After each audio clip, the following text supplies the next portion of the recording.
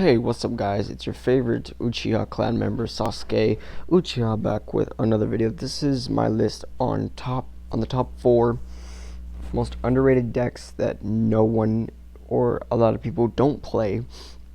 I want to give a huge shout out to a member of a group which I am going to look at right now. I need to see exactly what his name is, because he actually gave me the list, and his name is Alex.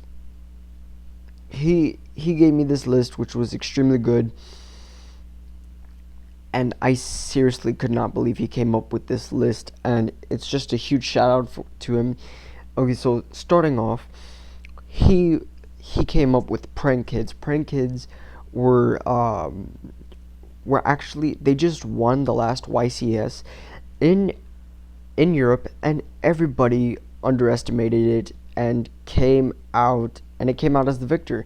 Like, can you believe that? Like, an underrated deck that no one actually thought would be good actually coming out as the victor of a YCS in Europe. That is like an achievement, man. That is something that no one could have possibly imagined, or unless you actually do imagine it. He came out with True Dracos. I'm kind of iffy on that one. I would have said Abyss Actors, because Abyss Actors are really underrated. Like, hardly anyone plays them, and yet they barely got some support, which hopefully they're seeing more play now. But he said True Draco, and he said he said with the right combos, it will definitely stun your opponent to death. I don't play that deck. I've never tried it. I kind of do, but I'll have to test it out on Dueling Nexus, because it's like a deck that I never thought of, in a sense, and I've always been stunned by it. I've always had my butt handed to me on that, and overall it's just like a freaking, like, it is a deck that I do believe shouldn't really be underrated, but I guess it's underrated in a sense. He came out with Burning Abyss, which is actually his favorite, and I've been trying to make the deck myself too. And he said since it lacks in magic and trap cards due to the Sekka Light build, a lot of people don't really want to play it. In a sense, there's multiple ways to make it. I understand that. Though Sekka's Light, I don't really see the point in Sekka's Light, because sure, it's drop hard, but you can't really use anything else, like something that would help you clear your opponent's board, as in a spell or trap, or stun your opponent's plays.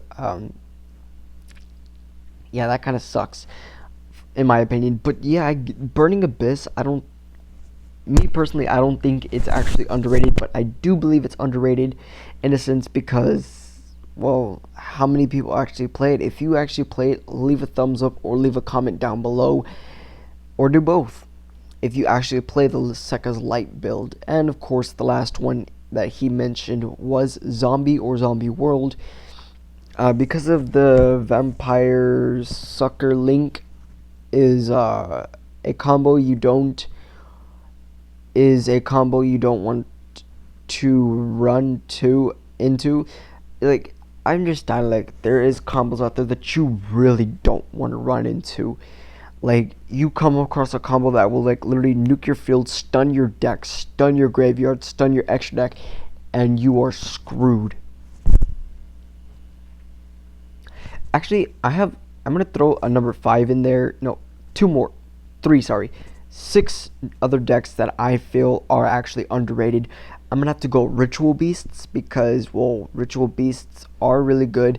They are based solely on Contact Fusion, which is kind of good and bad, but I don't really see that many people playing it. Like, it is a good deck, and yet not many people play it. Then there's also, the next one has to be Abyss Actors, because hardly anyone plays Abyss Actors.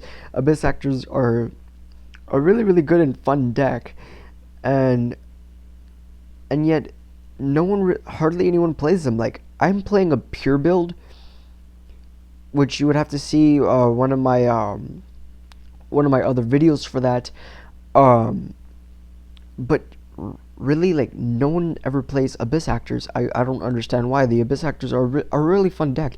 You can stun your opponent, you can literally nuke your opponent, you can do a lot of things with the Abyss Actor by bluffing. It is one of the main bluffing decks that you can get. And the last one I'd actually have to say is Ghost Strix.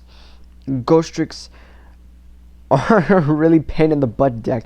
You literally, with Ghost Strix Skeleton, which I like to call Ghost Strix Skelly, it is a deck that is so fun to play, so annoying to get around, and yet just with Ghost Strix Skeleton, you can easily just force your opponent into milling the top 5 cards, or the top cards of his deck, up to the number of Ghost Strix that you have on the field. That, out of everything, is the most annoying part about it.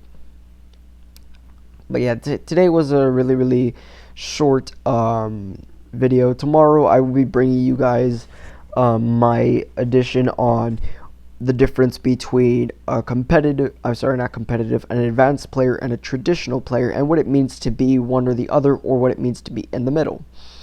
So I hope you guys enjoyed this. If you haven't already done so, please like this video, subscribe to my channel, and hit the notification bell so you can be notified of every video I upload for you guys every Monday, Wednesday, Thursday, and Friday. I hope you guys enjoyed this. Have a fantastic day, and I will see you guys back here tomorrow.